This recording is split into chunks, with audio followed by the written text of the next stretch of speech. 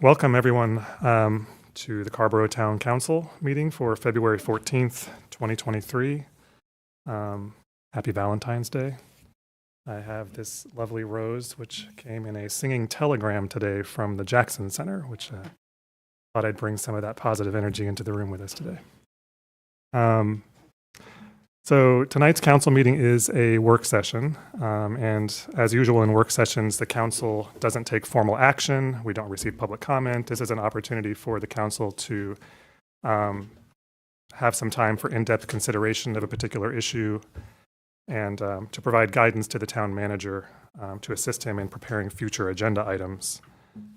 The purpose of tonight's work session is to discuss options for a public input process regarding phases 3 and 4 of the Bowling Creek Greenway Conceptual Master Plan. When the Town Council adopted that plan in 2009, they directed that, among other things, there should be additional public input on phases 3 and 4, and that all three of the alignment alternatives that were evaluated for phases 3 and 4 should be included in the concept plan. Since that time, the town has been implementing various parts of the plan, which we'll hear more about in a few minutes. Other parts of the plan have not yet been completed, including the effort to gather additional public input on phases 3 and 4. So tonight we will receive a presentation from town staff describing the background of the plan and its adoption, a summary of the public input process that was used at that time, the status of the plan's implementation, and a summary of the current context and any updated information we may need. We'll then have a discussion about our goals for the public input process and what approaches the town might use to gather that input. I just have a couple of asks before we get started, and these are in addition to our usual ground rules, which are posted behind the clerk. First, let's please allow the staff to complete their full presentation. If there are questions at the end of the presentation, we'll have time to address those. And second, as much as we can, let's please stick to the purpose of tonight's work session, which is, as I said, to discuss our goals for a public input process and approaches that or strategies we might have for gathering that input. As needed, I'll remind us to stay on track, and I ask that you help me to do that. So we'll get started by turning it over to the town manager, Mr. White. Thank you, Mayor. The purpose of the work session tonight is to consider the background information, discuss options for a public engagement process, and to determine the next steps. And Trish McGraw, our planning director, will provide a presentation. Good evening, everybody. Can you hear me? Okay, just check the mics. Okay, wonderful. Beautiful day. Nice to have you here. Nice to see you.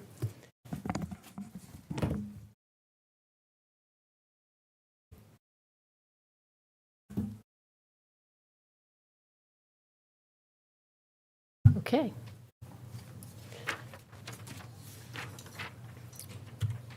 So the plan that we're here to, a couple of phases of the plan we're here to discuss tonight is had as its purpose, and this is from the master plan itself, a description of why it was undertaken. And the quote I've included is, the planning effort for this project was initiated for the purposes of alternative transportation, recreation and environmental protection, and restoration through the Bowling and Jones Creek corridors.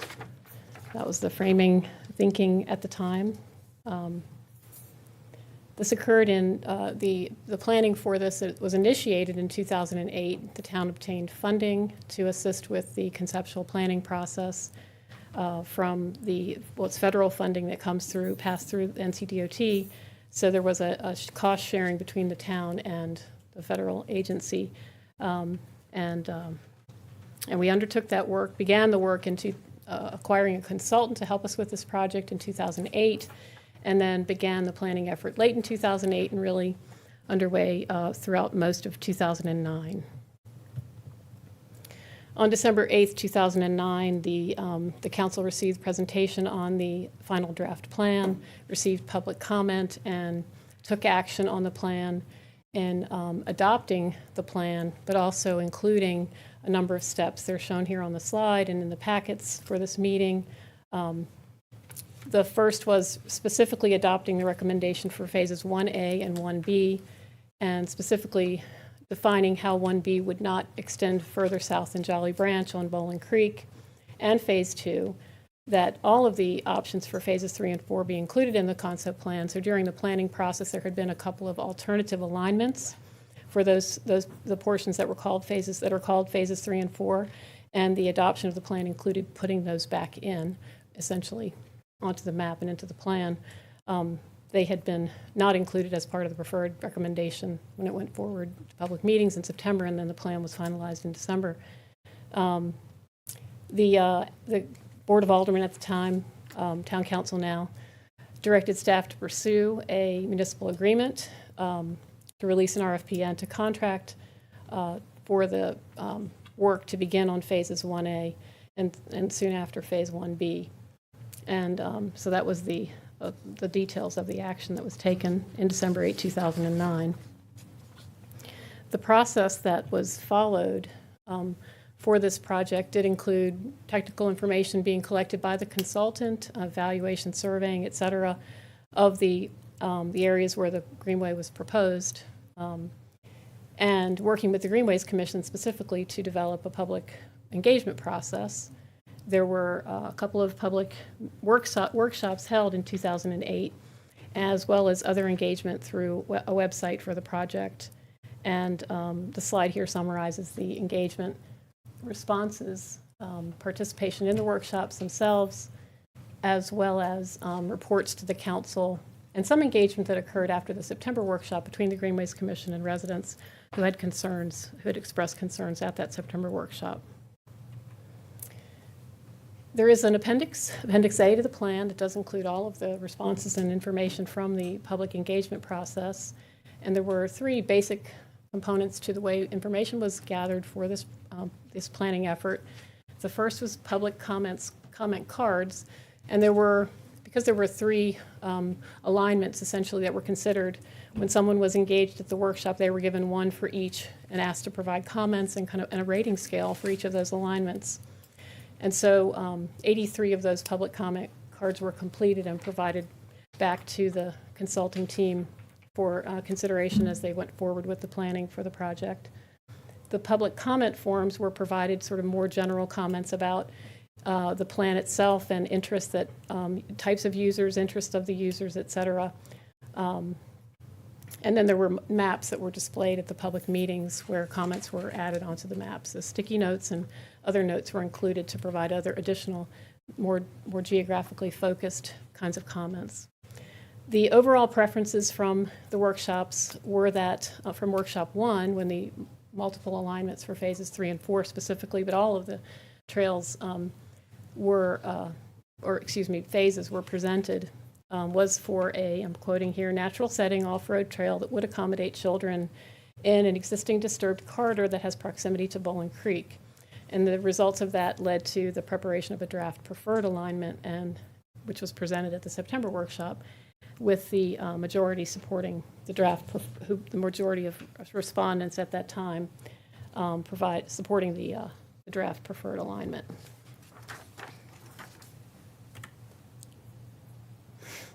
So this is a page from the plan from the implementation chapter, Chapter 4, that does show the different phases that were set up for this project. And they were broken up into these segments for a variety of reasons, partly some projects that were being identified through some other funding sources and we wanted to move forward with quickly because of the sidewalk bond work that the town had underway at the time, some coordination with developments that were in progress at the time, and some other funding opportunities that we were pursuing, hoping to pursue through congestion mitigation and so forth. But the project is, as you've heard, broken into essentially 5 phases, with Phase 1 being in 2 parts. Phase 1A down here, we also call this the Wilson Park Multi-Use Path, and that project was completed in 2015. Phase 1B is up here. This is also called the Homestead Chapel Hill High School Multi-Use Path, and the ribbon cutting was in 2018, I believe. Phase 2 is located up here near Lake Hogan Farms. Oops. Sorry about that. We did actually have the beginnings of funding for planning for this project prior to us undertaking Phase 1B and the Morgan Creek Greenway, but we needed to reallocate our resources to be able to focus on some of the projects, to be able to have enough funding to complete them. So we've reprogrammed those funds down to those other projects. We have not gotten that project back into the funding queue at this time. And then phases 3 and 4 here, located along the principal focused corridor of the creek itself, below Chapel Hill High School and down to Estes Drive. We do have a project, Jones Creek Greenway, up in this area as well, and the plan does speak to the project that the county was beginning to pursue at this time and completed for a greenway at Twin Creeks Park, the future Twin Creeks Park, that connects up to Morris Grove Elementary, and then a piece that we're working on right now to connect between Lake Hogan Farms, the neighborhood, and that other section of greenway along Jones Creek. We're hoping that project will go forward in fiscal year 24. So I think that it's fairly clear that it's been a number of years since we really looked in detail at these segments, phases 3 and 4, and have not had any concerted direct agenda items or engagement or evaluation of information about the plan elements since in 14 years. So updating the base information in some fashion, checking on the uses that are existing and proposed for utilities and our neighbors, Carolina, the university in Carolina North, and then checking the regulatory and permitting aspects, as well as community engagement, are important. The town's experience with Morgan Creek and the challenges that can be faced with putting in crossings is a specific question, a feasibility question that we think should be explored, just because it can add tremendous delays and uncertainty about what actually will be the outcome of a project. Phases 3 and 4 are not in our current transportation prioritization, so they are not currently on our transportation plans, and they are not in our capital improvement plan. And there are a variety of funding options that the town can pursue, and they will vary based on the outcome that we choose, where the design would end up. Just a couple of examples here. This is just information for you all if you're interested in talking about it, but we do have a prioritization process with NCDOT. That's what we have principally been using for these types of improvements, as well as our major sidewalk project, South Greensboro Street, the Estes Drive project that's coming down the road, if you will, hopefully not too far in the future.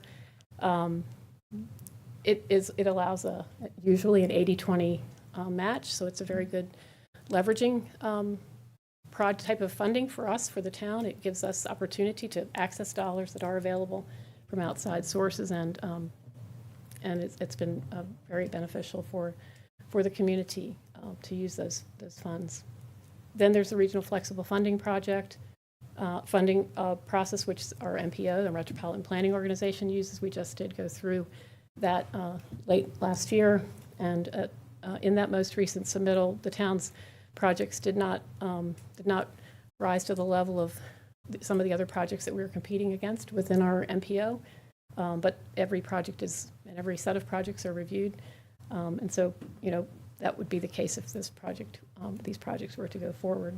And then there are other federal funding opportunities. There is a cycle that is open presently.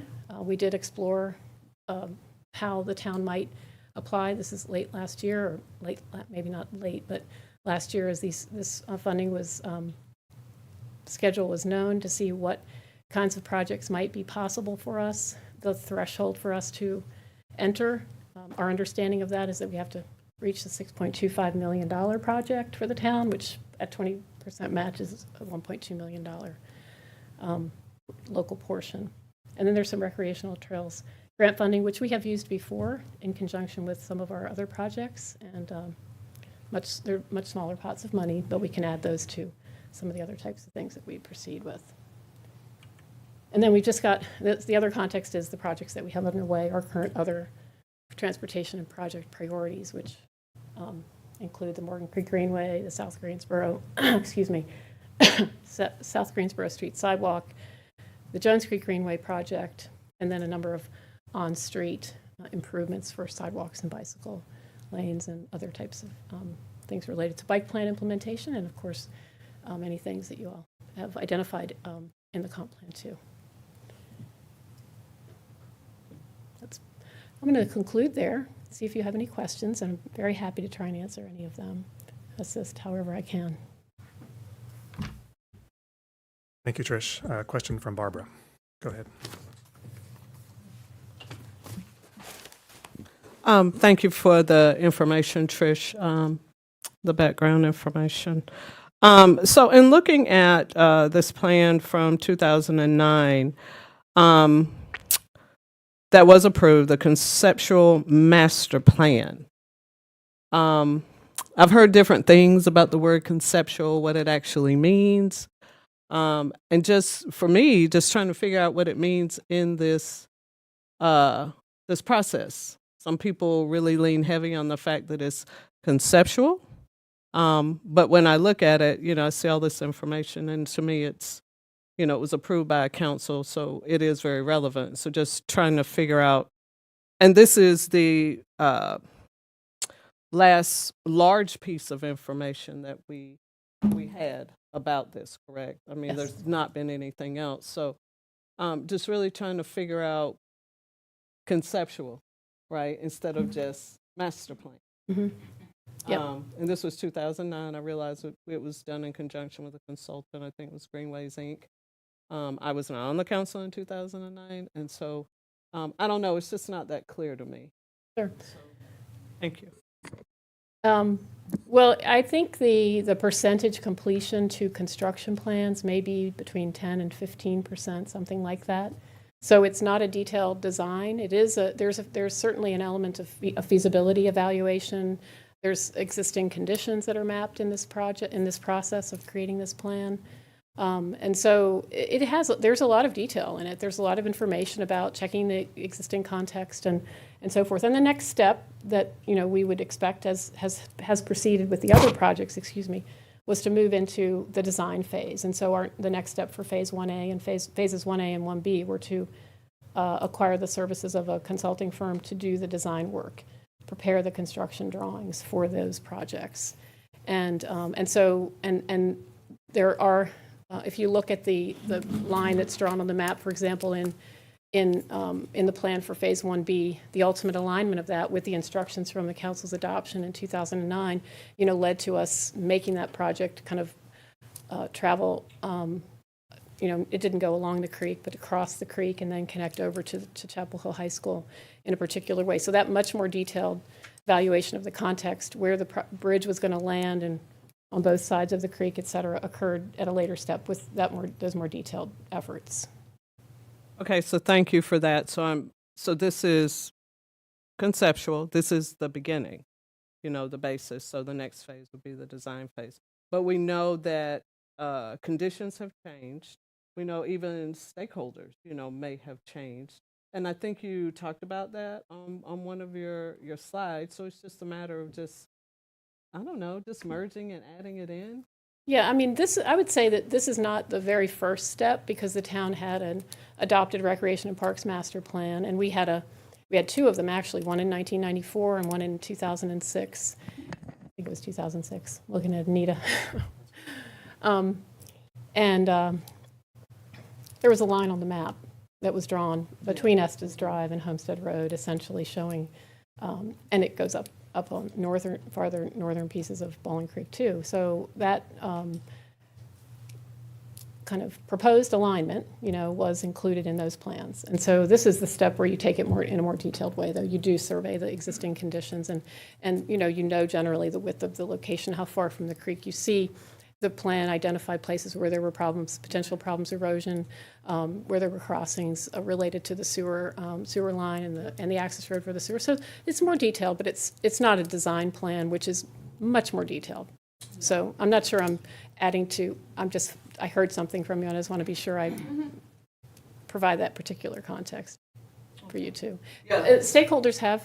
Certainly there are people in the community who are in high school now who weren't born when this public process started, and others have moved away and moved on, passed away as well. So, I mean, there's certainly a community of people who've shifted. And there might be some changes, as I said, some things that we didn't look into as detailed a fashion, and then where the crossings would occur just is an important thing to check from our experience with Morgan Creek because of the feasibility issue of flooding impacts and flood analyses in particular. So That was it for me. Thank you. Thank you, Barbara. Next, I have Eleazar and then Sammy. Thank you, Mr. Mayor.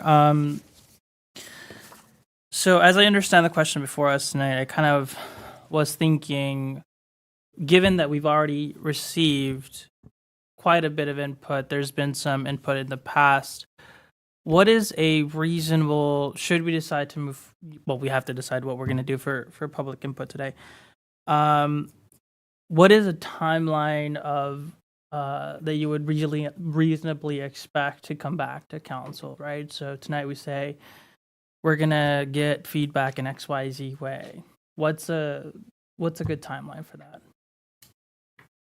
And that might be a vague question, and then let me know if I need to go deeper. well, yes. What? Tell me. Can you go a little further into what you mean? Yeah, so like if we say we're gonna do something similar, right, than what happened last time, there was workshops, there was postcards, I imagine, with new technologies we can do QR codes. I don't know, surveys, whatever. Are we looking at how long would it take to get that feedback? That might be a cat question. Well, I think if we decide to use an engagement process a public engagement process, I mean, it's likely that we're going to have to have some assistance with that, just based on our short staffing and also just, again, the number of things that we have on our plates and commitments that are already underway. I think we would hire a consultant to assist us. So this is a budgeting kind of question, which we're just beginning. We're just, we're in the budget season, so that's a question for the timing of it to some degree. And but I mean, I think we began, I'll use this as an example. So the engagement or the procurement to get the services of a design team in 2008 it took a couple of months to acquire them and to contract with them and so forth. And that might be the case now. And then they started work in December of 2009, and they had a workshop with essentially their preferred recommendation in September, and that was the full plan. So a shorter component of that to really focus on phases 3 and 4 would be a shorter process than that. Maybe 5 months to do procurement and to do the work, but it varies a little bit depending on what we decide the scope is. But I would think that would be the case. We have to prepare some, a document to procure services, 5-6 months to do procurement and to do a engagement. And we usually think about the timing of things. I mean, we have engagement all in the summertime is sometimes not accepted, as a very satisfactory approach because there are many people who aren't here all the time. And so anyway, but it's going to depend on how, we would work. I mean, I'm looking at Kat Lazorko because, our engagement would probably not be exactly the way it was. It would not be the way it was before. I mean, the inclusive Carrboro engagement plan that we have is going to make us use some very targeted strategies to make sure we have participation by folks whose voices we have not heard from before in this particular process. I mean, I think that we would expect that you would expect that under that that engagement plan. So it might, I mean, let me back up just slightly my estimate. Thank you. In that regard, it might be a little bit more. It might be a few more months than that to be able to bring to a conclusion recommendations that resulted from engagement on the question of phases 3 and 4. Just when you go from procurement to actually having us undertake it. All right. Yeah. No, that's good. I'm trying to think of timeline as we move through this process. And do we have an idea of how many or how much public input we've already received over the last number of years from community members that we could add to the list of comments we already have? And that might be a question that doesn't have an answer. Like, so I'm thinking, like, we've all received numerous emails over the last number of months, and I want to see if that can be something we take as some partial or include those in whatever public comments we already have. Because I'm trying to figure out how this works moving forward, given that this was initiated 2019, 2009, 2009. And of course, yeah, we definitely want to honor folks who are in the community who have just changed. But I'm also looking at, how do we come to a decision sooner rather than later? I mean, I think if you have information that you want to be compiled, it can certainly that can be done. And from recent surveys and other sources that we've collected information, I think we would want to see all of that as part of this. And it might inform the types of questions we ask. It might help answer some of the questions you have. So. Yeah. All right. No, that's it. Mr. Malik, you're back. Really sorry. Next is Sammy, Susan, and Danny. Thanks for that refresher, Trish. Appreciate it. Back in 2009, I just reviewed the video of the conversation that led to that motion. And one of the challenges at the time was, significant funding for that study was provided by the state or federal government, 80% worth of it. And the plan itself is by phases, but it's a whole. And the question at the time was, how can we approve this plan given that there's still questions or interest in a public process for the section 3 and 4? And the solution was to include alternative alignments that were part of the process that led to that aggregate that we then requested to have those alternatives included in the final report. I mention all this because back to Barbara's question, the significance of this plan is that it is a plan, and that at that time there were questions of if we did something different, then we would have to return some of that money, 80% worth, or whatever it might have been. So I just wanted to remind folks about that context because I think it's pretty significant in terms of what the question is that we want community input about is not whether 3 or 4, but rather which 3 or 4.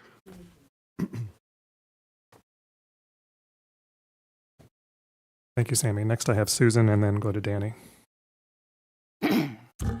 Thank you, Trish, for your presentation this evening.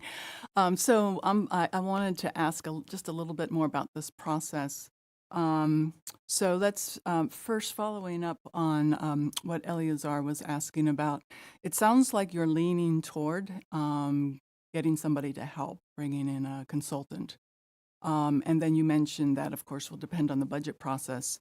The budget gets approved by July 1, typically in June.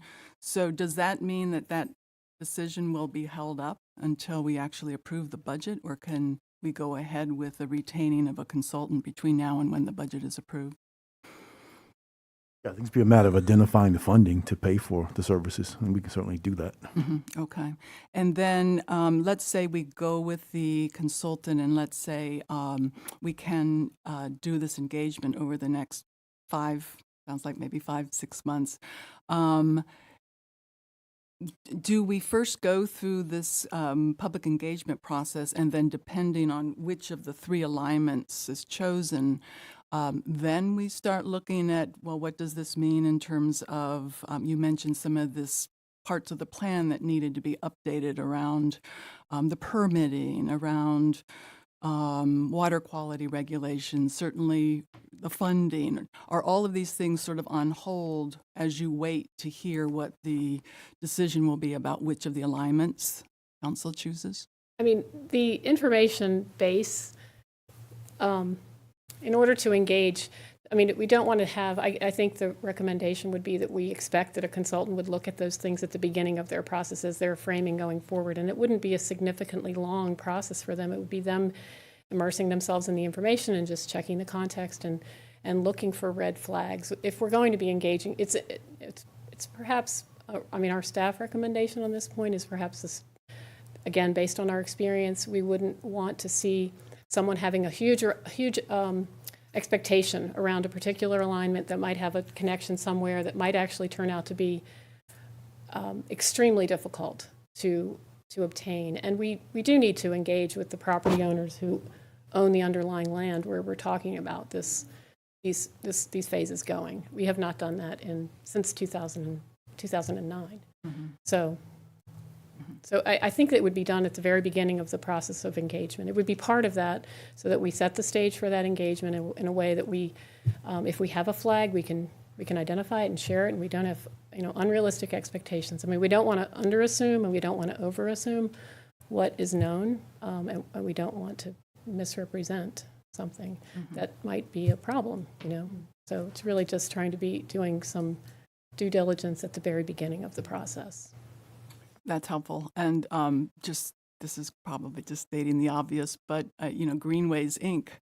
Should we go with a consultant? I'm just thinking Greenways Inc. with already having been through this engagement process with us, may be able to help sort of streamline as we move forward. They've been sold into another company. Now, I don't think they exist as Greenways Inc. anymore, but I may be mistaken. But in any case, there are people who were part of the project, and there is a lot of information out there that folks use to get up to speed, I think.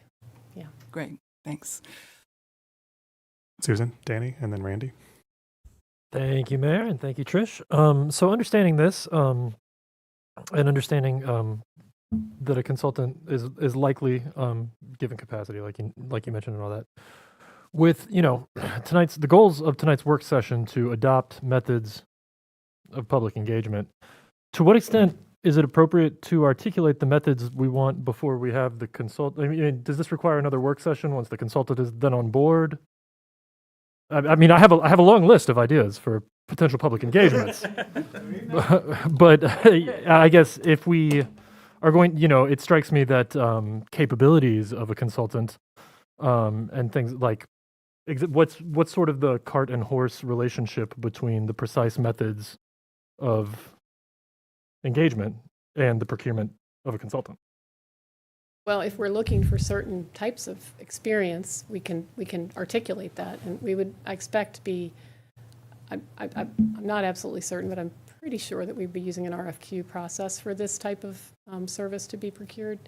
So we would be looking for certain characteristics of the team that would be assembled to do the work. So as much specificity as possible about the options that you'd like to see would be very helpful in defining that and preparing that.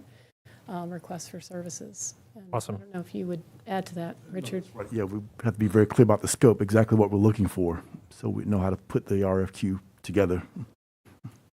Well, with that in mind, Danny, just to insert one little comment too, is I think it would be important, and why this is sort of the outline kind of mentions this, right, is to be thinking about what are our goals, right, in terms of soliciting public input at this stage. What are we trying to achieve by doing that? I think that can inform some of the strategies that we think would be reasonable. Yeah, absolutely. And yeah, so I mean, with that in mind, I think I'm extremely invested in there have been a lot of ideas surfaced by residents that I think are really strong. I would be interested in replicating some of what Raleigh has done with the randomized lottery selection. I think that is a really strong idea for getting a representative data sample of the town. I think it's critical that we find a way to make sure that renters are incorporated, more than they are usually able to be, with opt-in procedures of gathering engagement. That's very important to me, especially considering, sort of the potential impact of the school district, and the sort of diverse swath of residential options within that school district. I think it's essential that it be multilingual. I think that probably goes without saying. And generally, I think what I, am really looking for is, well, here, this is probably better put as a question. There's talk of a town survey to establish the current knowledge base around this. Have we ever conducted a similar survey on another issue? I can't say. I mean, not since I've been here, but we've had a lot of different perspectives that have been shared around this, and to understand if there are some questions that we don't know we might want to ask. A survey might be a strategy to try and elicit that. It's an idea, but it's not a necessity. But they're just to try and understand what do people know. We didn't specifically ask this question in either of our recent town surveys or community-wide surveys. We've asked generally about people's interests in greenways and how they rate it in terms of their rate those elements as part of the landscape, and but we haven't specifically asked about this project. And just it's just a possibility. There might be a way to have that help us do a good job. We could use focus groups. We could use some other strategies to try and make sure we get the vocabulary and the issues perhaps identified so that we can not miss something. Strikes me individually that I could, that there such a survey within an overall public feedback process, if it were compressed into the single timeline, might be appropriate. Say over the course of the 5 months, if it fits within that, I think that is worth potentially considering. But understanding that we haven't conducted such a survey for a lot of complex, often polarizing issues, I think that I would not be interested in adding sort of a second deliverable for the potential retention of a consultant.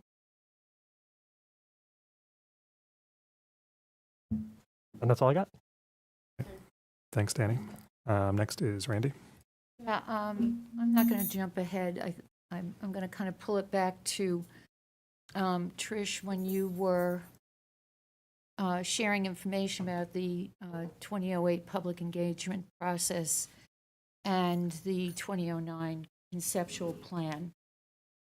And I guess what I want to do is underscore the fact that the conceptual plan in 2009 does not reflect any awareness, any concern for the climate issues. And it doesn't reflect an understanding of the need for climate response, resiliency, and action. It's a 14-year-old report. We have data now that is critical for community to understand and know the importance of the decisions that have to be made regarding the use of forest and creek lands as a convenience. And I raise that because our comprehensive plan is based on two pillars, and one of which is climate response. And I would like to see us work with staff and have the appropriate climate information inform this council as we go forward. It seems to me if we were looking at any other kind of development, we would not be looking at a 14-year-old plan without considering how things have changed.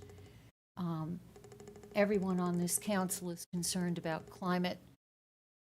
We have in our midst one of the most important contributors to a healthful climate. And I want to be sure that we have done our due diligence to reflect that not only do we understand and does it inform our comprehensive plan, but it informs how we work with community and engage them. That's one concern that I have. The 2009 comprehensive plan refers to environment. Climate is absent. So I really think I want to ask council to ensure that this is something that we're going to ask staff to to give us the climate information we need in order to make a sound judgment, because it affects everything in the comprehensive plan. And it also affects the way forward with the Community Climate Action Plan. It also affects our way forward with green neighborhoods. We will not have the veracity of the community and the work that we're looking to do unless we have that information. And one point was brought out by Diane Robertson when she spoke, I guess, last week. 9,276 metric tons of carbon are sequestered by the tree canopy in Carrboro. So not only does it sequester, but it also provides a huge number, and I can't keep the number in my head, but with 429 acres of forested lands, it is also providing a tremendous amount of oxygen for each person who is in its midst. The air does not know whether it's Chapel Hill or Carrboro or Hillsborough or Alamance. So I share that because we talk about climate in terms of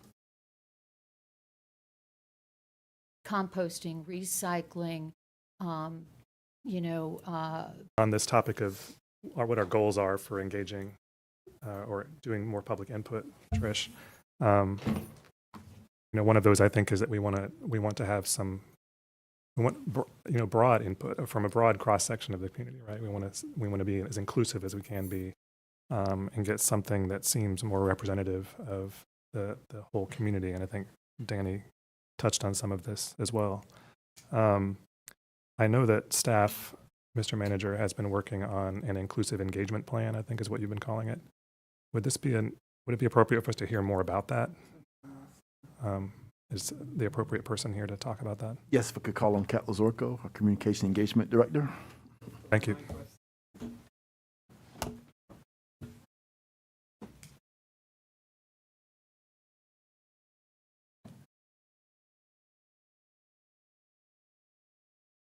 Welcome, Kat. Hello, good evening. We actually have an existing inclusive Carrboro communications and community engagement plan. It was adopted by the council in 2020. There are a lot of different aspects to that plan. I think one is random sampling, for example, which we did with ETC Institute. And we did, as you may recall, we did a separate oversampling of the qualified census tract as part of our overarching community survey. And of course, we do a lot of grassroots, and we have a number of different strategies. But I think the question in my mind is, what are we seeking? What information are we seeking from the public? What are the goals of the engagement?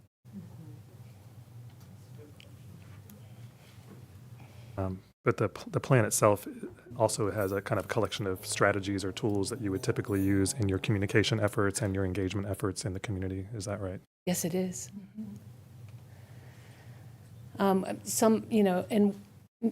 Trish is very familiar with some of the more recent ones that we employed during the Carrboro Connects comprehensive planning process. Various techniques, including pop-ups and focus groups and special sessions. Currently, we're doing Carrboro in Motion, a series of neighborhood block parties at apartment complexes, and we have Carrboro in Motion events planned from March through June this spring. So that's another opportunity. But there is a long list of strategies. But I really kind of come back to, in my mind, the question is, what is it that we're seeking from the public? Right. Okay. Yeah, that's a great question. Thank you, Kat. I think that's something we need to wrestle with a little bit here tonight, right? Is what is the information we're seeking? One thing that's also been on my mind as we have been working toward this work session is, having been watching this process and in some ways being a part of it since 2009 in various roles, whether on the Greenways Commission or on the council or whatever. We've heard a lot of the arguments for and against and what the preferences are around alignments and all of these other issues. And I would want us to engage in a process that was not only kind of reaching a broad sample of the community, but also isn't it is seeking to bring us some input that maybe we haven't had yet. Because I think we know some of the more familiar arguments around the topic. And I just want to be sure that we're reaching all the places we need to reach before we just sort of accept that that's all there is to this conversation. And so I think this question of, and Kat kind of said this, is, what is the information that we're seeking from the public engagement process? What are we wanting to ask people? What do we want to know from them? And are we expecting to learn something new by doing that, right? That we haven't learned already in the years of engagement around this issue. I too, I think as others have probably done, made a list of just brainstorming ideas for what engagement activities might look like. Kat mentioned a couple of them that are part of the inclusive engagement plan. Community events, neighborhood events, school events, I think would be a great opportunity to be partnering with the schools. Web-based input or survey methodology. I like the Raleigh experiment with these lottery samples. I don't know how we would execute that, but I think in the end we want some strategy. We want multiple strategies to reach multiple audiences and provide as many opportunities for input during what I hope will be a relatively short period, so that we get sort of bang for the buck. So next up I have Barbara, then Danny, and then I'll go to Randy and Susan and Eleazar. Thank you, Mayor. And so my comments are kind of brief. I think when I think about this issue, I think about corralling all relevant information. I do like what Councilmember Haven O'Donnell mentioned about climate action being a pillar of our comprehensive plan, our adopted comprehensive plan, and all the new information that has come out that we could add to what we already have. And I think about also educating the public, those that are not so aligned with this issue. Everybody is not aligned with this issue in the same way. And so taking the time to educate the public, the pros and cons, the different views, pave, not pave. Well, find another material, pack dirt versus Councilmember Romaine, I think was it boardwalk? Boardwalk. And so there's just so much information just swirling around, and how to press that to the public is really a question without it seeming like really overwhelming, as we try to gather this information. And I appreciate that the mayor had Ms. Lazorko to come up and talk about inclusive Carrboro communications plan, which I think is an amazing plan, and I think it will serve us well during this process. There was a lot of work that went into that plan. And so I think along with and also, what Councilmember Now was saying about the random sampling. And I'm reminded about our One Orange Equity framework. So we also want to bring that in. That's somewhat new. It's council approved. And so that's another tool that we have at our disposal. And so I just wanted to just put that out there. Thank you. Thank you. Next up is Danny, then Randy. I really appreciate, Mayor, your sort of refocusing and it reminded me of some, I guess, broader goals that really inform some of the specific tactics.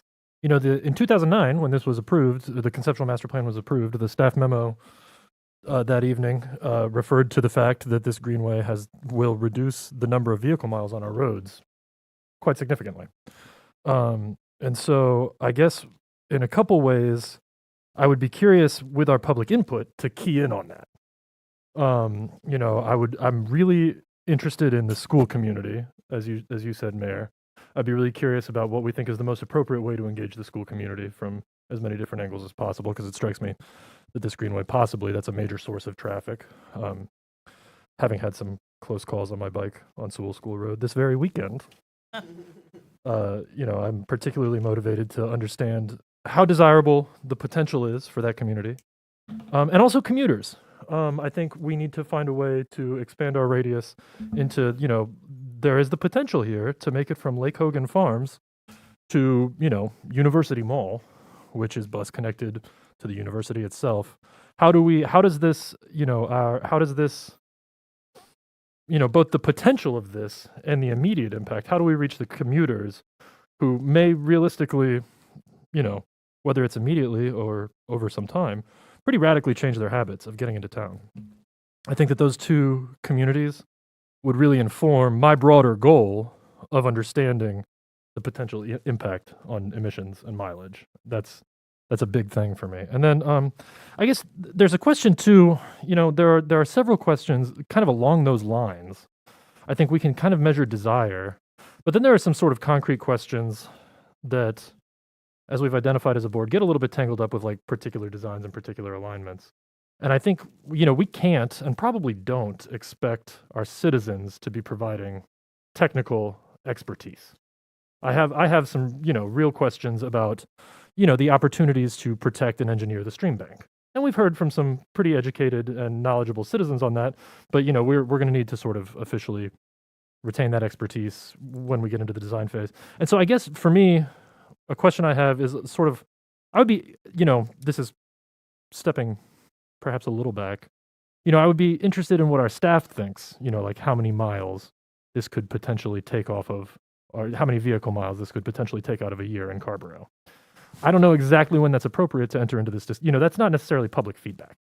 And so, but, I would really love to know like estimates like that, what we think a possible construction process and, like what design methods may protect and engineer, the stream in its current state is considered degraded. I think we're all motivated, if we see this project through, to potentially improve the state of the stream and protect it. And that, I think, is information that kind of needs to come from staff more than the public.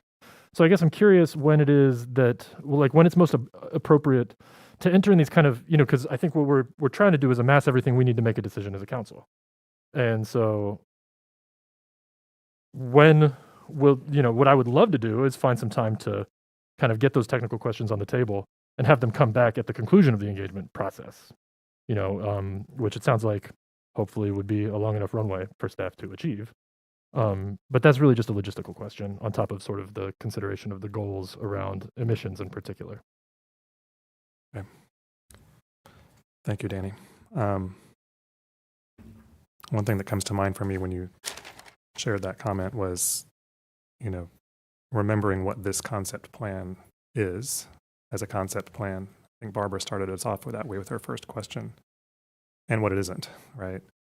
And I think Trish shared that it's conceptual in nature. It's not a technical document, right? It's not a design document. There's not engineering that's been done or being reported on. Its goal is to identify a concept and identify the feasibility and potential challenges, benefits, et cetera, of what such a project might lead to. But I take your point that we would want some information, I think, at some point in this process of a more technical nature to understand what those trade-offs are or challenges or whatever, right? So I think that's important as well. But probably a separate set of questions than sort of the straight-up public input process that we're trying to also figure out here. Randy, you were next, and then after Randy is Susan. Yeah, I just want to point out why neighborhood by neighborhood engagement is critical. On page 44 of the document, it says two things. One, depending upon interest, operation and maintenance of the town may seek cost-sharing opportunities with neighborhood HOAs. Several potential locations for these bridge crossings were indicated by interested residents at public workshops. It is recommended that the town meet with the HOAs during design development to determine needs and concerns if crossing is to be provided. That right there tells me that primary to any engagement that we have, we need to go neighborhood by neighborhood to educate. Yes, this is the, no. No, it's the concept plan. Bowling Creek conceptual, this is the conceptual plan, page 44. That that we engage and have outreach in education, neighborhood by neighborhood, that we engage with discussions, neighborhood by neighborhood, to process information and ensure that folks understand what is being asked of them and the relevant facts. And finally, to ask for their engagement and their feedback.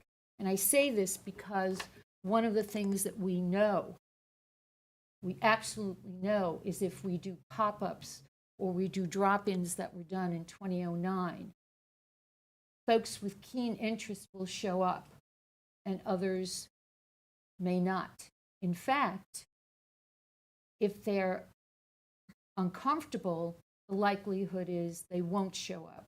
So the only way to ensure the comfort is to engage people in their neighborhoods. Now, I'm not saying other options are not good and strong, but I'm saying at the primary level, we need to be able to engage people where they are in their space, in their neighborhoods, with their neighbors, where they feel most comfortable being able to say what is important in their space.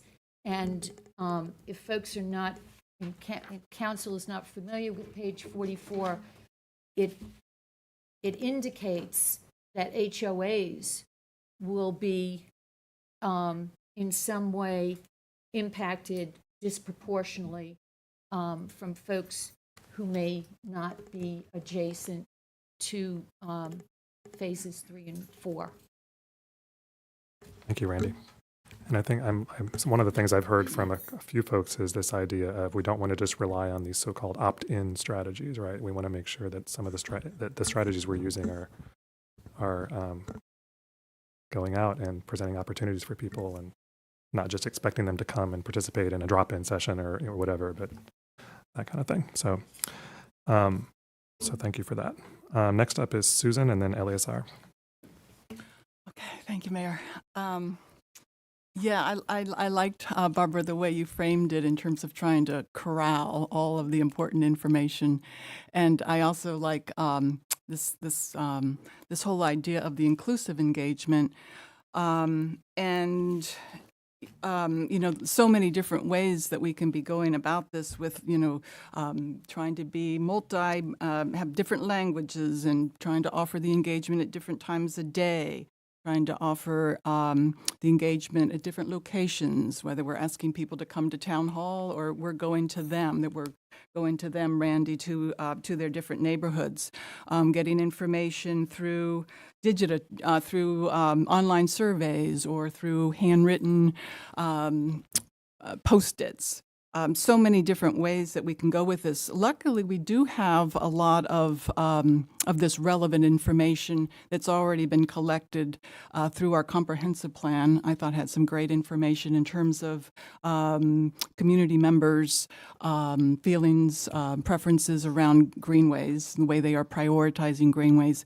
And we also have some great data from the 2021 community survey, which, as Kat mentioned earlier, does sort of lift up the two census tracts, the qualified census tracts, where we can be getting some really good data about people who are renters, people who are with incomes of less than $60,000. So I hope that as we're collecting all of this, corralling all of this relevant information, we can be looking at some of this recent information we already have through our comprehensive plan and through our 2021 survey.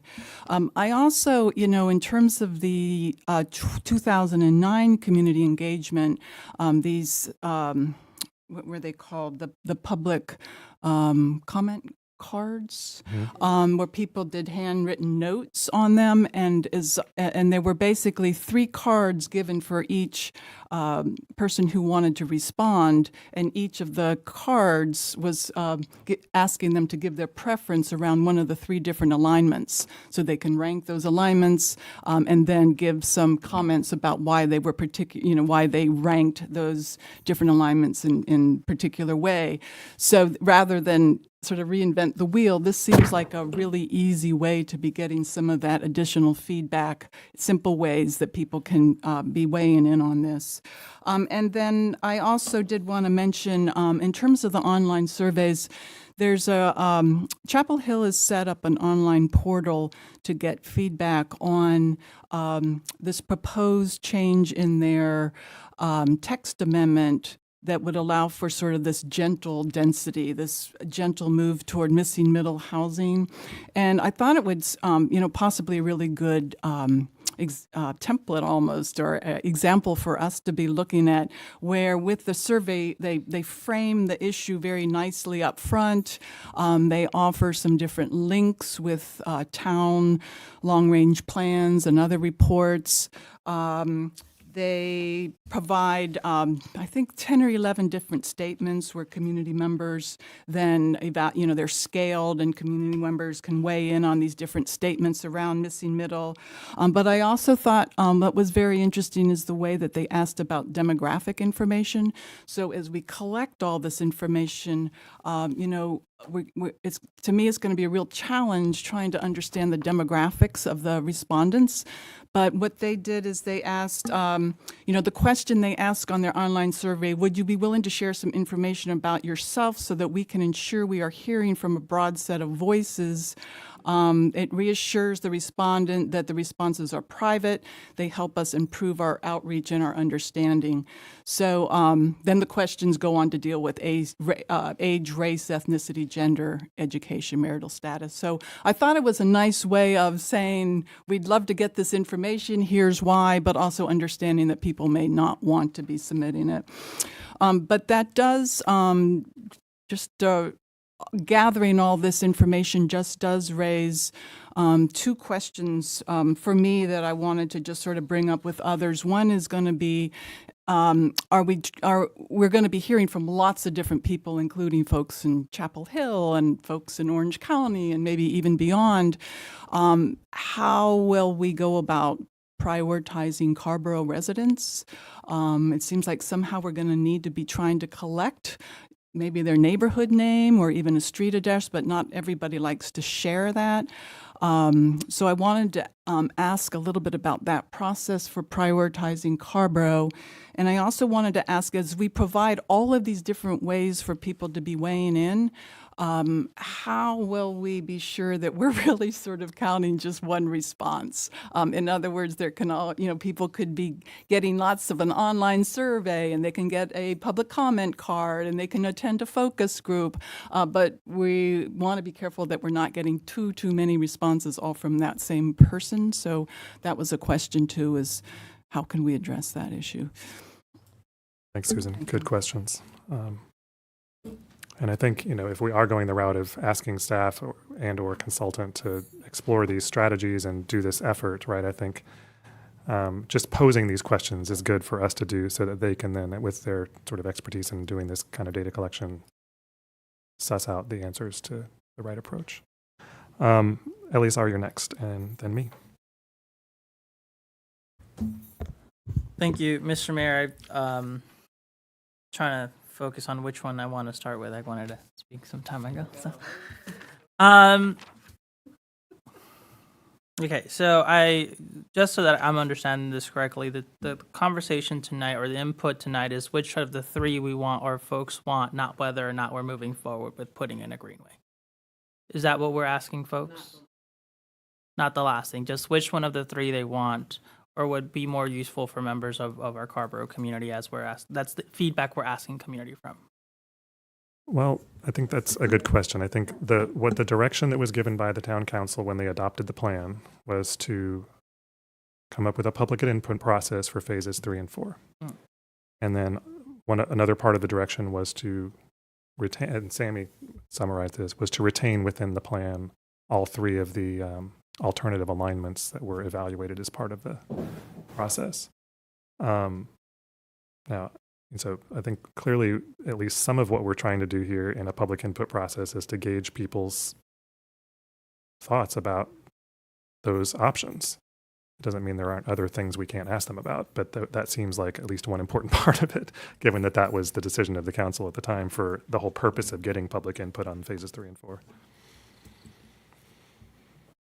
Okay. I'll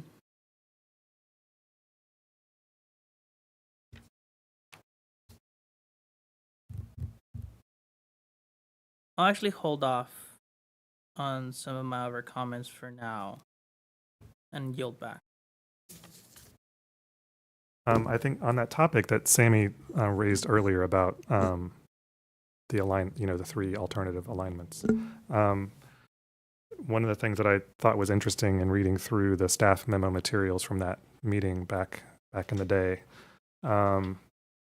it said, and I'm just quoting a passage here from that memo, the goal of preparing 3 alternatives was to provide options to the public that were distinctly different from one another so that user needs and preference, origins, and destinations could be determined. And then it says some more things. It goes on to say, the alternative alignments represent various schools of thought that were used to inform the preferred alignment and collect public input. However, they are not intended to be standalone designs for the final conceptual plan. So I think that's just an important kind of thing to be keeping in mind, that as the council said, keep all 3 of these alternative alignments in the plan and then go do some more public engagement. That was the use that they were making of those alternatives in the public input process that we heard about and that Susan kind of talked about, that the cards that people use to express their preferences and that kind of thing. So I think that's important. Randy, go ahead. Yeah, Eleazar, I'm glad you teased that out. It's important to get some clarity on that.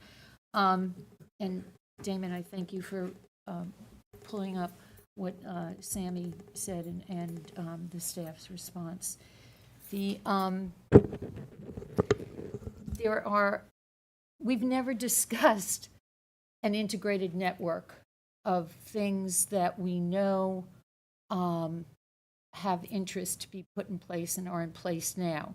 And I'm going to give an example. I'll give the 5 examples that I'm aware of. There may be more. Dave Mabe set up a neighborway, a bikeway a few years ago that is used. Sewell School Road side path is we're looking towards that to be put into place.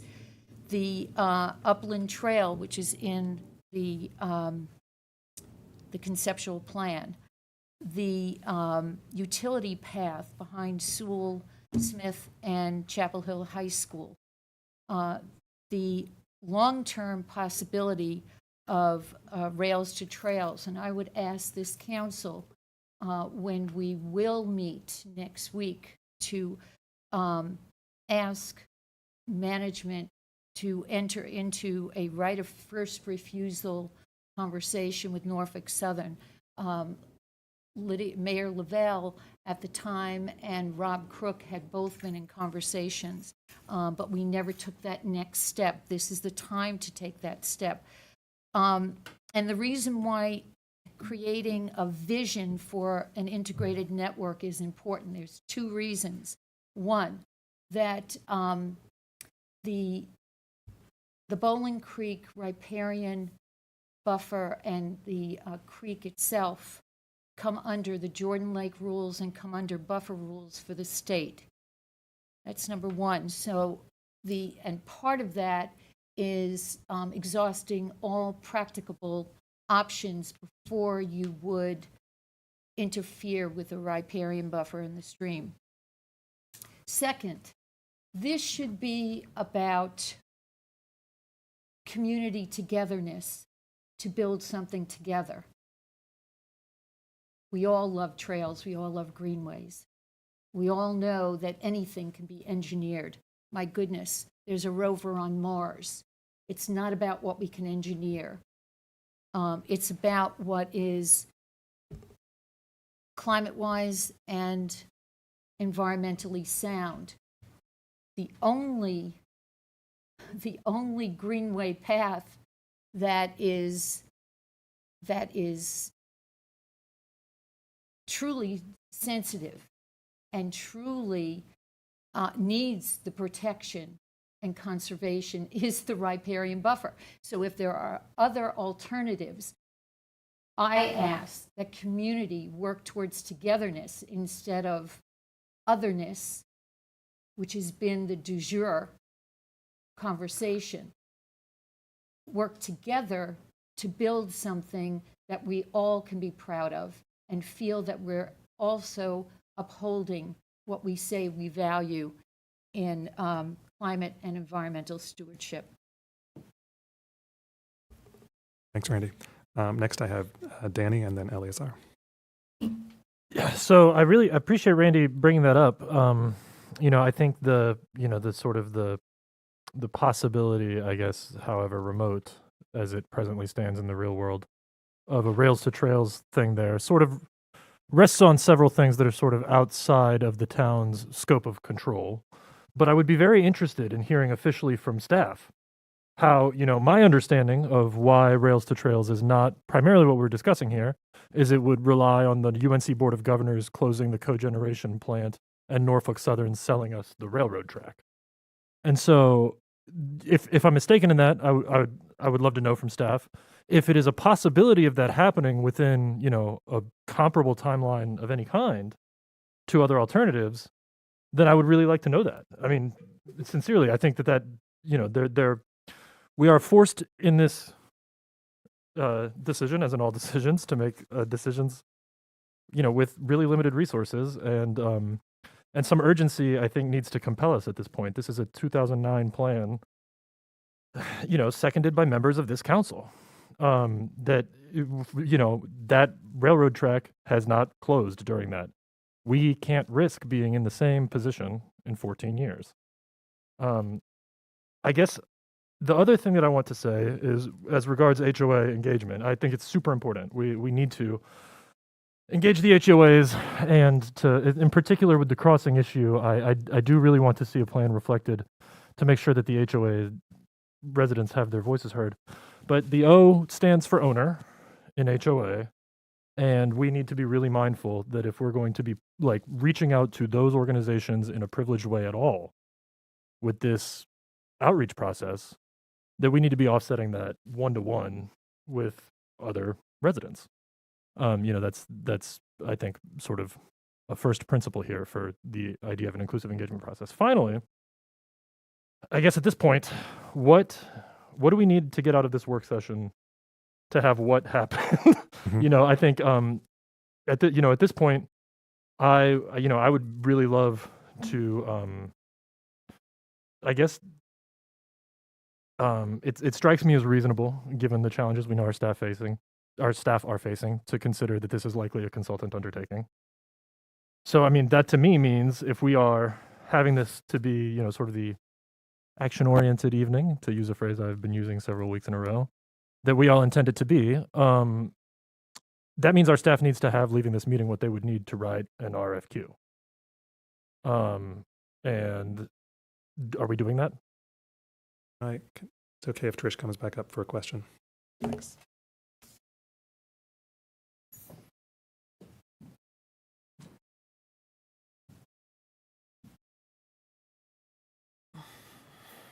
Trish, on the topic of procuring a consultant who is qualified to do this kind of community work, there is the on-call service provided through the MPO that has a bank of consulting firms available to respond quickly to requests for qualifications. Is that something that can I be think considered? we would certainly consider that. We have been considering those those services because they have already been through a procurement process. We've Thinking about engaged a way with to a be couple of efficient with- engineering firms in that regard, yes, already. Okay. So that would be a possibility in something like, in a project like this, a public engagement exercise or a project like this one. Well, I just want to underscore one thing, which is this is a sort of a preliminary engineering work that was done before. Right. And some of the updating information may fall under that realm too. So it would be likely with a firm that is, most of the services I'm aware of that are already lined up are in the range of, on the engineering side, but they're teams of people, teams of, there are a variety of people who make up the teams that the engineering firms, provide. So they would likely have a lot of experience doing engagement. And I think depending on whether the types of engagement that we are seeking, we would be, we would, as Richard said specifically, our scope is going to identify some things we're looking for, and then whatever, and then the selection process would try to pick the best group to help us. So I'm sorry I'm being long-winded there, but I'm No, that's fine. I think trying to just kind of wrap up this. Yeah, that's important to know that it's more nuanced than simply, yes, pick a firm. But I think just knowing that that's at least a resource that could be available We have used for those something services, like this. yes. I think that we could do that. We've heard a lot from council members tonight about potential strategies, right? Or at least some priorities around the kinds of strategies we use for getting input from different neighborhoods, from renters, from a broad cross-section of the community, when it comes to the concept of inclusion, when it comes to multilingual access to these engagement opportunities. You've heard all kinds of ideas, and I won't try to list them all here because we've heard a number of them. I think what we need to probably send staff away with, is a little bit more clarity around the what, the why, the goals, right? And so, one of the questions I had sort of written down for myself was, and I think it's sort of reflected in one of the agenda questions, was, what is the information that the council feels like we need from the public in order to move toward making a decision about the concept plan, about the plan? Part of that, it seems to me, pretty clearly implied by the decision in 2009, is we need to have some further reflection in a broader cross-section of the community about the conceptual alignments that were being evaluated as part of the development of the plan. But if there are other goals in mind for council members about the kinds of information that we need from the public to move ourselves toward a decision in 6 months, 8 months, whatever it is, then let's get them out, because I think part of staff night needs not just ideas for strategies, which we've heard quite a bit about, and these are all great strategies, but also what are we asking? So I already had on the list Eleazar, and then I'm going to go to Susan and then to Barbara.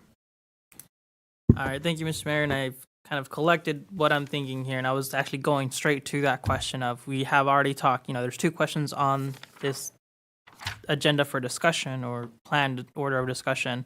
We've already talked a lot about what that process looks like, and I'm in favor with everything I already mentioned, specifically the part of ensuring that all of our residents have an equal say in whatever tool or strategy is being used. Definitely talk to organizations, but if we're going to talk to, I would not give organizations as an organization any more power than any member of our community. So I'm more in line with working with folks directly, working with renters, working with community all over this town, and residents who would be directly impacted, whether it's through, go ahead, sorry. Yeah, whether it's through the changes that are being made, or whatever trail looks like, because they live near it or because they want to take or utilize that trail. I think those, I want to talk to people. I want to get input from people. I don't want to get input from organizations. That's just my priority there. Kind of going to the question of what and Mr. Mayor, thank you for reframing that. From what I want to hear from community is, again, going back to these three options. I want to see if the preferred option is still the preferred option. And on this question of expertise, I think I wrote it down. Let's ask folks what they want to see, what should be going in there, and once we have that, then look into how do we make that work, and that's when we bring in the experts and see, all right, what is best. But I think, having this question of like, what experts do we want to talk to at the moment, I think it's premature. If we're hearing from community members, let's hear from community members, let's see what they want to see, and then as a council, make that happen. I fear that if we get too bogged down on experts and not enough on community, we'll once again delay this decision. So let's ask folks, is this still the preferred method or the preferred plan? Is there, would you use this? How would you use this? And then leave the more technical questions to the experts, not to community members. And let's figure out what community wants as a whole, and everyone in town, as much as we can get. I'll also acknowledge that we're not going to be able to ask every single resident. I totally get that. And then based on that, then come back with experts. And all right, so this is what community wants. Now let's make it happen in a way that is least damaging possible. But let's not get bogged down. I don't want to get bogged down with getting too in the weeds with experts until we actually have what community wants. I yield back. Thank you, Elizar. I next have Susan, and then I have Barbara. Susan? Thank you, Mayor. In terms of what we could get out of the public engagement that would help with our decision making, I wanted to go back to something that Danny said earlier about the vehicle miles traveled, because information that would really help me is, and I don't know how to get at it, but to what extent would a greenway change behavior? So to what extent would there be kids, students in Chapel Hill, Carrboro City Schools who are now riding their bicycle to school or walking to school rather than getting a ride from their parent? To what extent would an employer, one of our small business owners, now need fewer parking spaces because some of their employees are now riding their bicycle to work or walking to work? To what extent would young parents now have opportunities to use a greenway? They have a young child, they can now use a stroller, and otherwise they wouldn't have had that same chance to access Bowling Creek. Same with folks who are elderly. If there's any way we can be sort of capturing the voices of people who are elderly or have mobility issues, and to what extent would this be a place that they would sort of seek out for recreation and other reasons, and otherwise they wouldn't have those same opportunities. So that information would really help me, as if there's any way the survey could reveal the extent to which people would be changing their behaviors as a result of having this mode of transportation. Yeah, thanks for that, Susan. That's a good set of prompts, and it reminds me that if you look back at that Appendix A that Trish pointed us to in the adopted plan, it lists what were the prompts or questions that were presented to community members at that time, right? And some of them were getting at these questions around, well, how would you use such a thing, right? Where would it take you if it existed? That it had some questions along the lines of how it would be used, and Eleazar actually raised a similar question. It's like, well, what would this mean for you? But I think that's an important thing for us to keep on the list of things we're trying to get out of folks when we talk about this. Yes, Trish. I just wanted to mention that as part of the climate budget work we've been doing last year and a couple of years ago, we do estimate some greenhouse gas emissions reductions related to vehicle miles traveled, changed behaviors associated with the Greenway projects that we have. So we are currently using some metrics, trying to find some that we feel are reliable. So we will certainly, I think that would be part of sort of the updating information for this project would be to try and find really good metrics, I think, to model what kind of behavior changes and what estimate for that is included, as well as what's the trade-off there if there is a change in tree canopy. What does that look like? So that does seem to be sort of that data base piece of. Next up is Barbara, and then I have Randy after that. Time. Time is definitely a factor for me. I don't feel like we're rushing, but I feel like we want to get somewhere sooner rather than later. We do have this conceptual master plan from 2009, and I appreciate Councilmember Slade reminding us that, this is a living and breathing document. And the information in it is important to the process.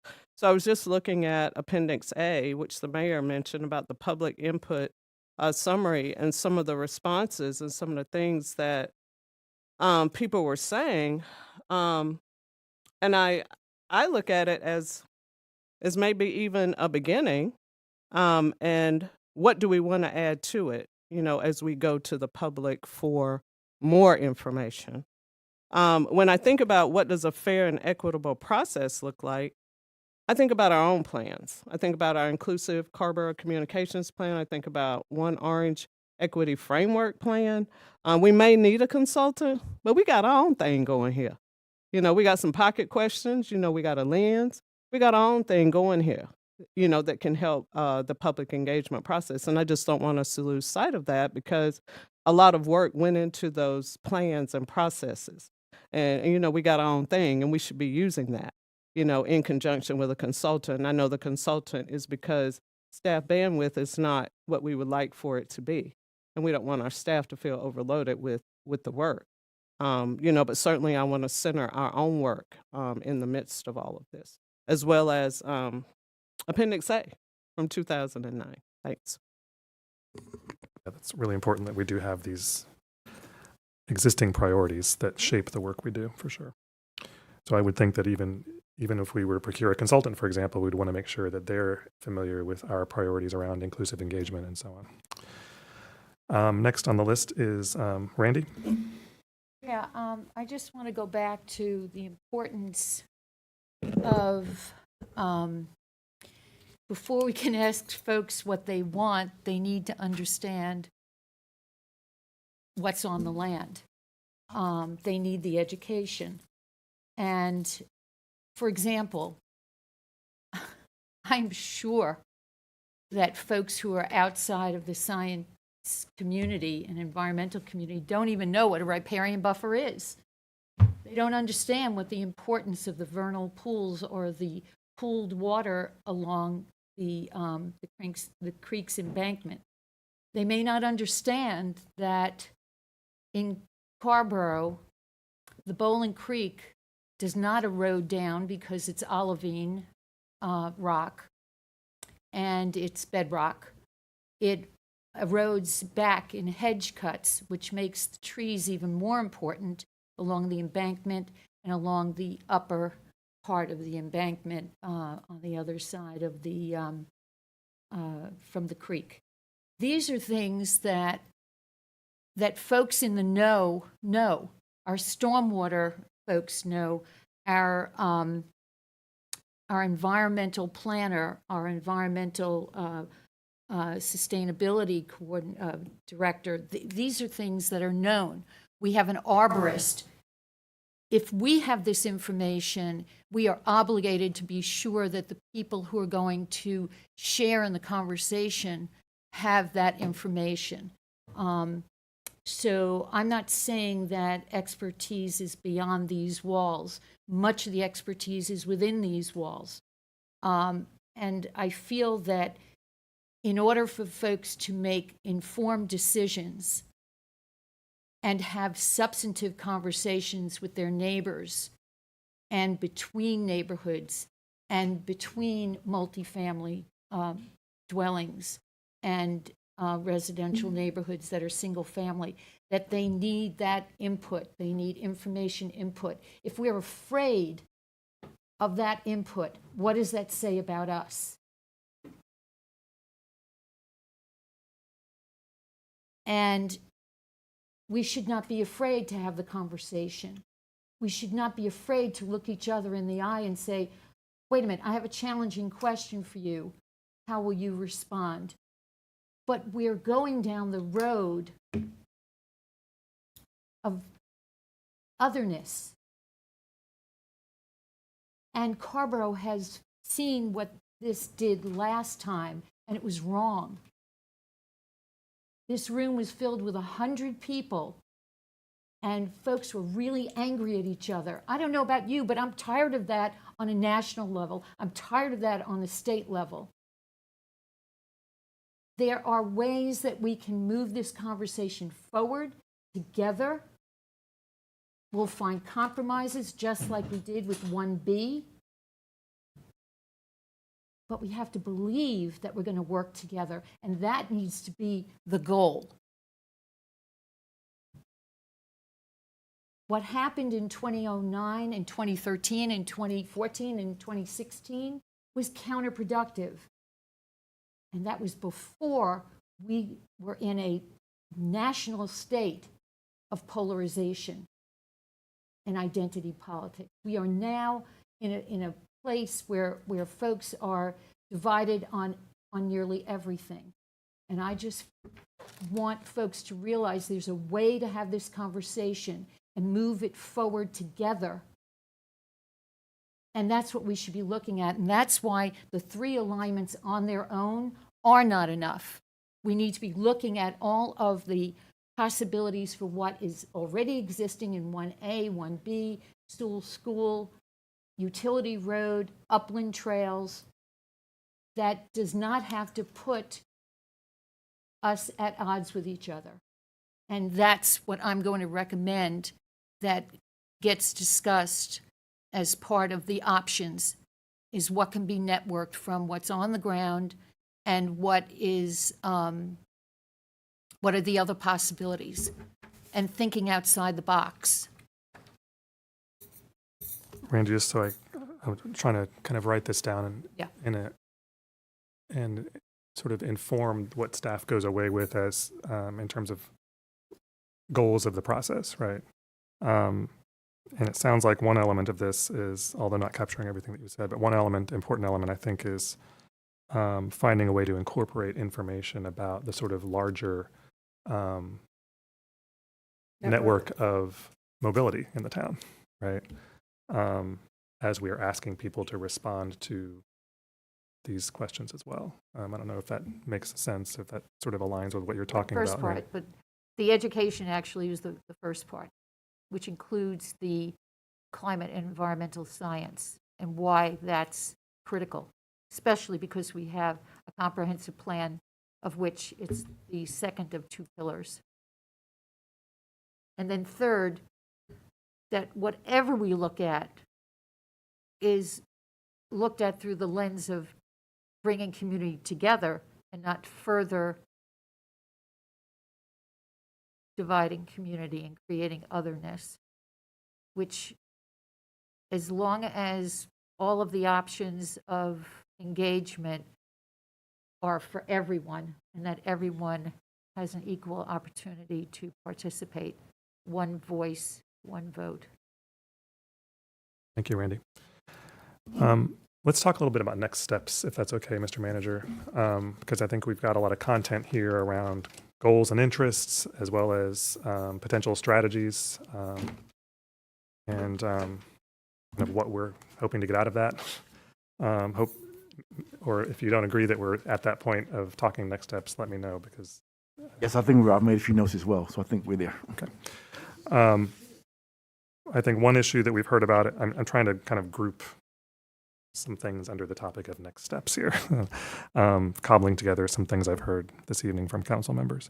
One is timeline, an interest in understanding a timeline that is accommodating staff's need to probably seek assistance from a consultant, while also wanting to move along. One is, it seems like that seems like the biggest issue is that decision about procuring consultant service or not. And then once that decision is made, then needing to come back to council, I assume, with some presentation of, okay, here's our plan, right, for this process. Is that right? Yes, of scope. We need to define the scope. I think that's what will come back to council for some feedback on the scope of what we'd be seeking. Is there a way of getting closer to that tonight? Because I feel like part of what we're getting at here is scope, right? The scope of the work that we're asking you to do.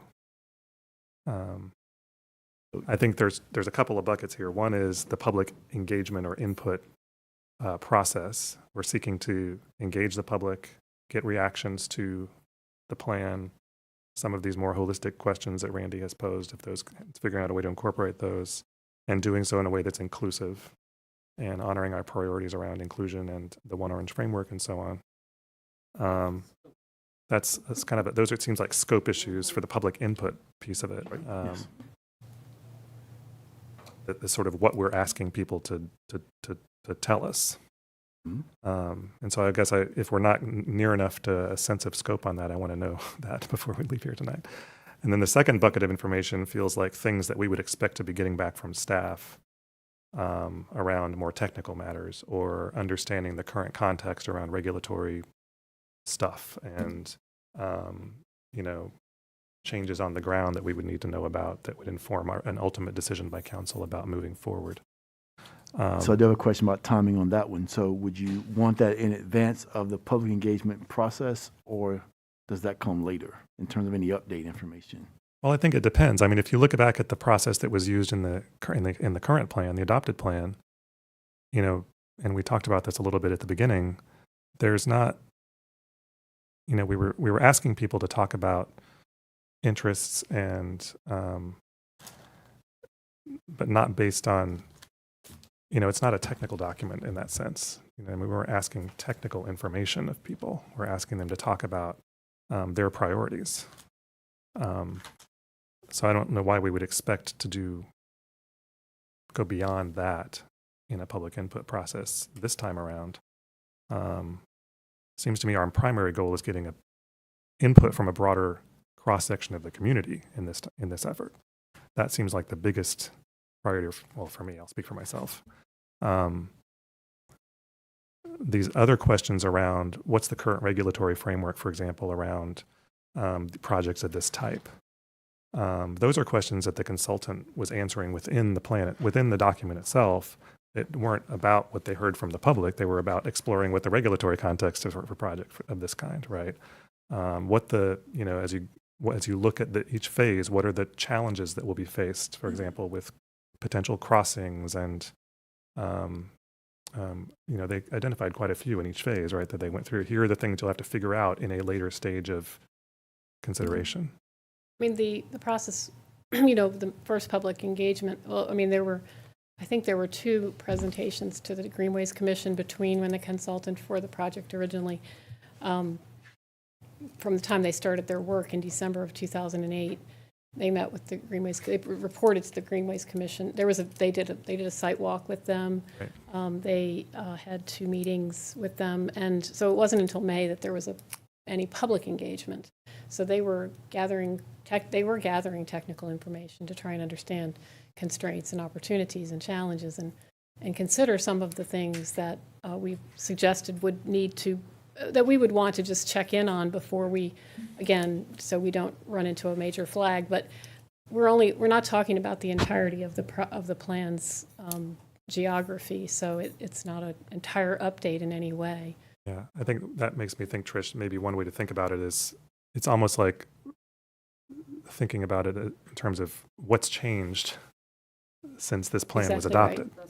That would inform people's reactions to the possibilities. Right? And it may be helpful for us to come back and to go back and talk about, and especially I think for Kat and Anita and for us all to talk about what it might look like to create a good information base for the community that's based on what we know right now.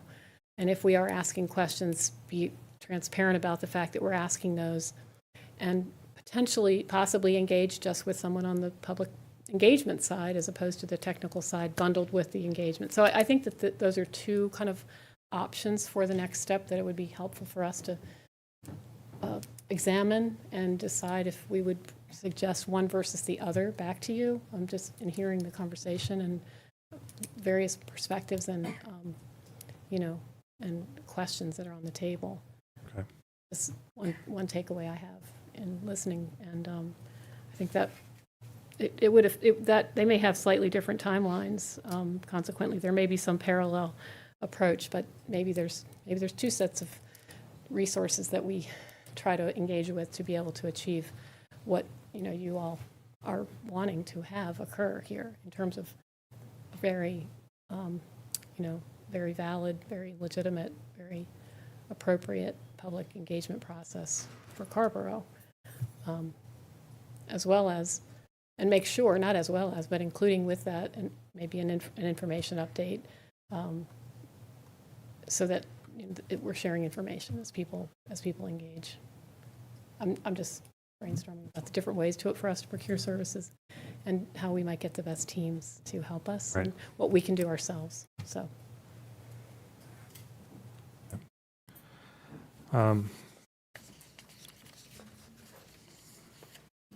What else on next steps, Mr. Manager?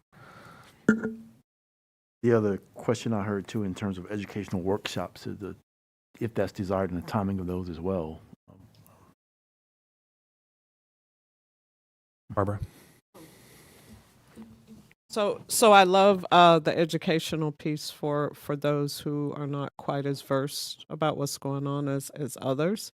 But then I'm looking at time again, and time is still, the clock is still ticking. But we do want to educate the public. So I'm thinking of something. I don't know. Is it too much information for some type of fact sheet, or just something that can be shared versus creating a whole new process to educate the public? I'm thinking of something that would help with time, and so we wouldn't create a whole new process around the education piece, but we're still providing education. But that's what I wanted. That was it. That's what I wanted to say. Susan had mentioned that, there's this one tool that town of Chapel Hill has been using. I think that they're using the publicinput.com platform for some of their engagement on text amendments. Mm-hmm. And it, as Susan described it, it kind of sets out the issue, describes the history, the background, what the kind of proposal is or the questions are. And then it has a series of questions and asks for reactions to those things. That seems like the kind of thing you do with really any public input process when you're asking the community to respond to a proposal, is you say, here's what we're considering. We want you to react to it. I'm not sure that a separate kind of so-called educational component, I don't even know what that would look like. But we'll go next to Elisar, then Danny, then Randy. Thank you, Mr. Mayor. Yes, as Councilmember Fushi mentioned, I'm also in line with educating communities as we're asking them for input. I just don't want us to, how do I put this?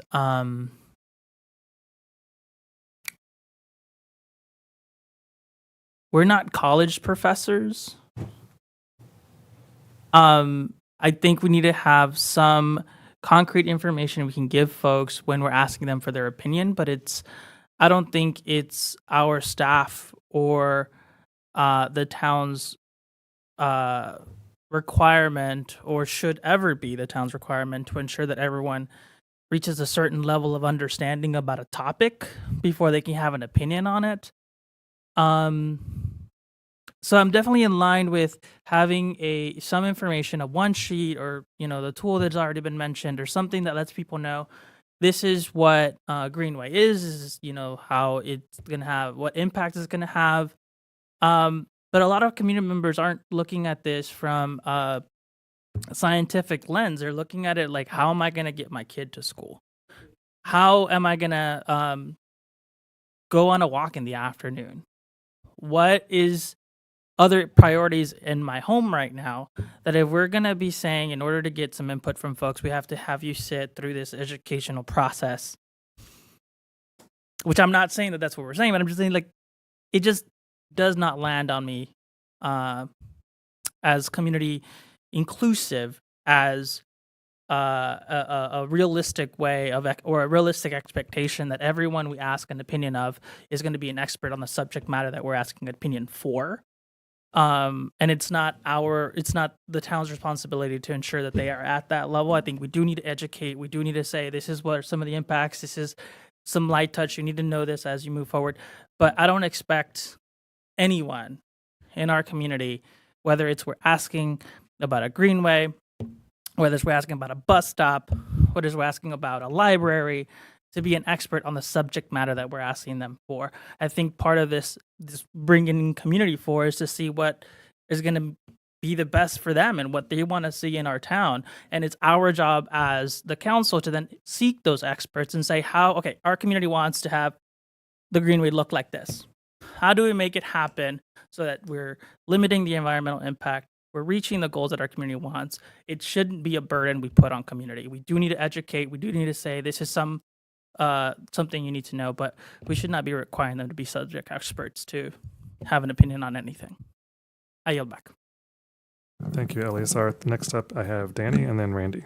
Yeah, I agree with most of the substance of Eleazar's comments, and I think a lot of, Mayor, what you're saying. I think that this really comes into execution of the actual outreach. As Trish is saying, when we weigh options from staff, I think the extent and phrasing, and framing of the issues within the engagement itself is really what this comes down to. I think when we start to consider separate educational workshops, we start to consider who is being educated, where, with what.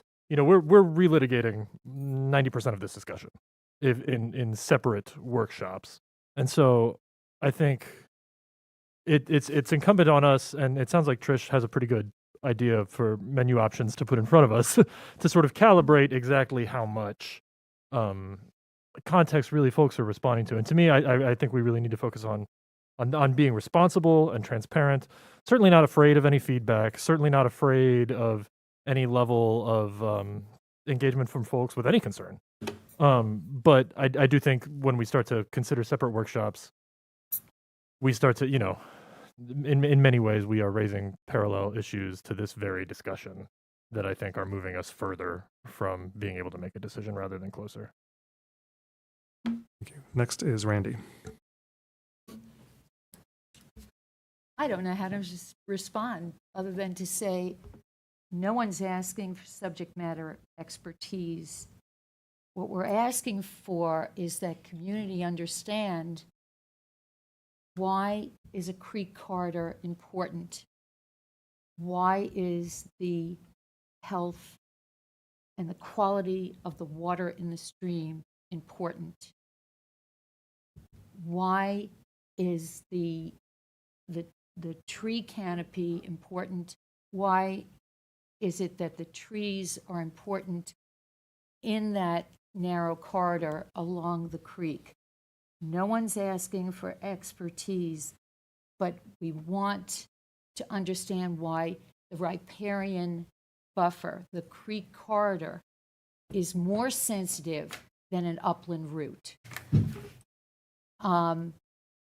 We would not be here today with our concern for climate and the urgency for climate were it not for the fact that over the time of the Industrial Revolution and the capitalistic endeavors, did we not denude the natural world?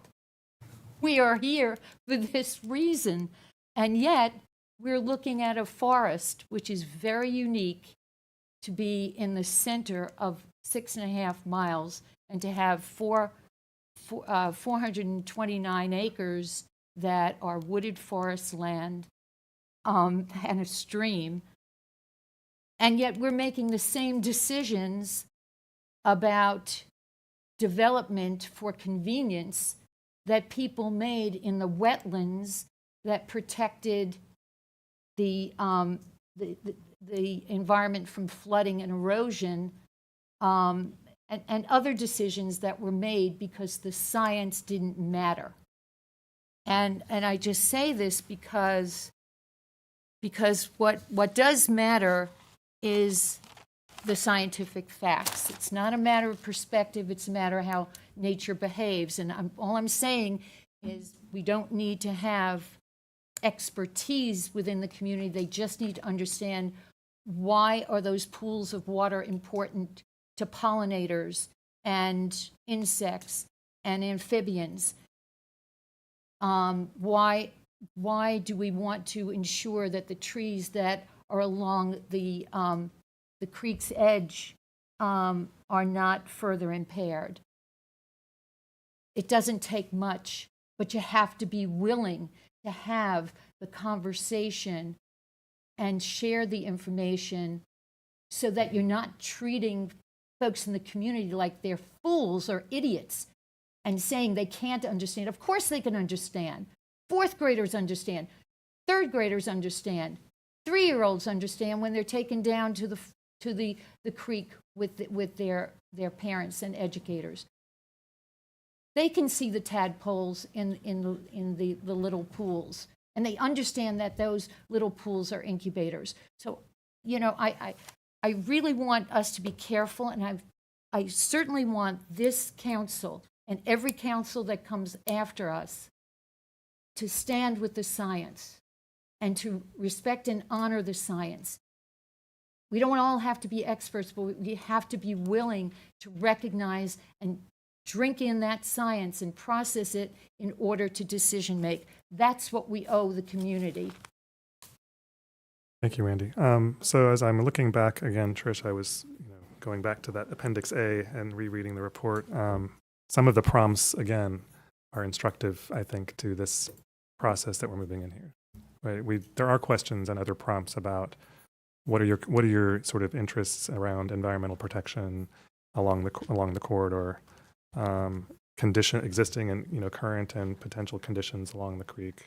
So I think it absolutely makes sense to be querying people about those issues as well, just as was done previously, to get people talking about those particular kinds of concerns, to get people talking about some of the trade-offs that we were asking them to consider in that previous round of engagement. So I think that is important, but I think, we have to be able to do that in a concrete way, right? And I think that's going to be the task of any engagement effort that you or a consultant undertakes, is going to be figuring out how to draw that information out of people in a way that is accessible and then ultimately usable to the council for making a decision. Are there other? I see it's Sammy's hand. Go ahead, Sammy. Yeah, I just want to echo Randy. I think it's very important. It's like fundamental to democracy that people have information by which to make decisions. So it's about informed consent, and so not everyone will necessarily delve into the details, but I think if someone is interested, we could have a QR code and a compilation of what are the alternatives and what ingredients so that that person can assess the cost benefit of it. So we're talking about climate change in terms of how many trees were knocked down on one alignment versus another, and how much carbon does that capture? And then the VMT miles, how many cars are we getting off the road? Impact on riparian buffer. Is there a difference between it being upland or downland and its effect on the creek? And so I don't think that would be hard to do and compile. And I would hope we would have a chance as a council to get a look at that and kind of like give feedback in terms of like what might be missing or not. And I see that as part of the process, whether that's through the consultant or earlier on through staff, I'll let that, play out in the process. But I just wanted to express gratitude for Randy. I think it's a good point, especially on an issue that's contentious. We want to make sure we're honoring everyone's, ability to make decision. After all, we are a democracy. Thank you, Sammy. And I think, yeah, I noticed you mentioned having some kind of source of kind of a library of information for people to go to if they're looking to dig into some of those details. I did notice that it looks like staff has actually created a new web page on the town's website that's specific to Bowling Creek, and it has links to. I guess I'm just saying this for your information. It has links to some of the documents, including the adopted plan, including some other resources for folks who are interested in learning more, both now and in the course of some engagement process. So I think continuing to build out those resources would be useful for folks who want to learn more about what the issues are. And I will say again, it was really informative to me to read back through the report again, and to see what considerations are included, not only in the prompts for public engagement, but just in the technical work that the consultant did to understand what the challenges were, what the trade-offs might be for different, alternatives and those kinds of things. So I think it's worth mining that material for other kinds of prompts as you think through this. Susan, go ahead. Just one more, I just wanted to add on to that, because one other thing that I noticed looking at the 2009 report was that the people who were attending the workshops were asked, how did you learn about this? And 50% said word of mouth. It was by far the number one way. And I think it is a reminder that all of us really are going to be doing the education around this probably far more than any workshop. It will be these one-on-one conversations that we have. And one way to help facilitate the conversation is, if we had something that when we're talking to a neighbor or a colleague or what have you, if we can be passing along something to them, whether it is one of these public comment cards or it's the QR code, or it would be great to be able to just pass that along during those conversations, so people can do that follow-up. Thanks, Susan. Next is Eleazar. Thank you, Mr. Mayor. Just want to make sure that I am understood, and maybe I just need to phrase it a little better. I'm not against providing information to the community. I think that's great. I think that should, that's providing the website, providing information is good, and we're going to be having conversations with folks. My issue lies where we're saying that in order to get for anyone in our town to give valid or substantial input on a thing, on any question, there needs to be a certain level of education before that. That's where my issue lies. And I think by putting a requirement, or by putting the caveat that we want to have educated commenting or educated opinions or educated comments from community, are we saying that if they don't have that understanding of what these technical terms are we saying that they're not? The phrase come up there, we're treating community members like fools. Councilmember Haven O'Donnell,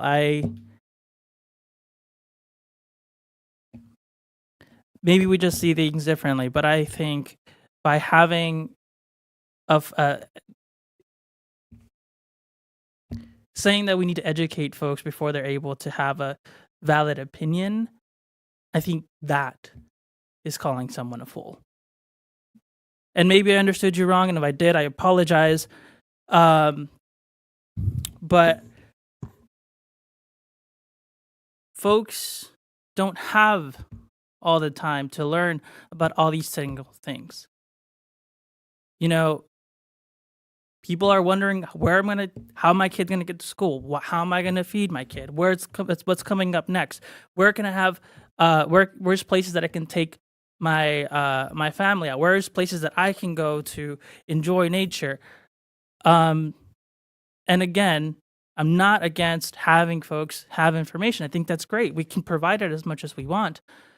But when we put a caveat on this idea, and if I'm misunderstanding, and I apologize, it feels to me we're going to a point where we're requiring community members to be maybe not subject experts, and I misspoke there, but well educated about a topic in order to say that their opinion is valid. And that is where I I don't think we need to be in that game. Right now, the questions was, what do we want community members to answer or hear from community? I think we've gotten to that point. We want to see what they want to see. We're doing an equitable process of getting there, adding this educational component. I think it's unnecessary. Now yield back. All right. I just want to remind us that we're trying to move here toward a staff understanding of what our goals and desires are. So just to, and it sounds like one of the next steps is just getting back word from a report from the manager about what this scope of work is going to be, and then moving toward procuring a service to do that. So you've been taking notes. You understand priorities. I think you've heard from every council member about what those priorities are, including where there's been some maybe clash of ideas about that. And I think working through that would be helpful. Councilmember Nowell, Danny, go ahead. Yeah, thanks. I also wanted to clarify my intent, which is, my concern is presenting science as monolithic, or, presenting to our citizens as if there is one scientific way to relate to this issue. I think Sammy is speaking really cogently about this in terms of approaching this with a frame of offsets and balances and transparency about the decisions that we're making. And, I think to some extent we should, what we should be focused on is whether there are changes to scientific considerations that led Councilmember Haven O'Donnell and others to adopt this conceptual plan with this preferred alignment 14 years ago. Thank you.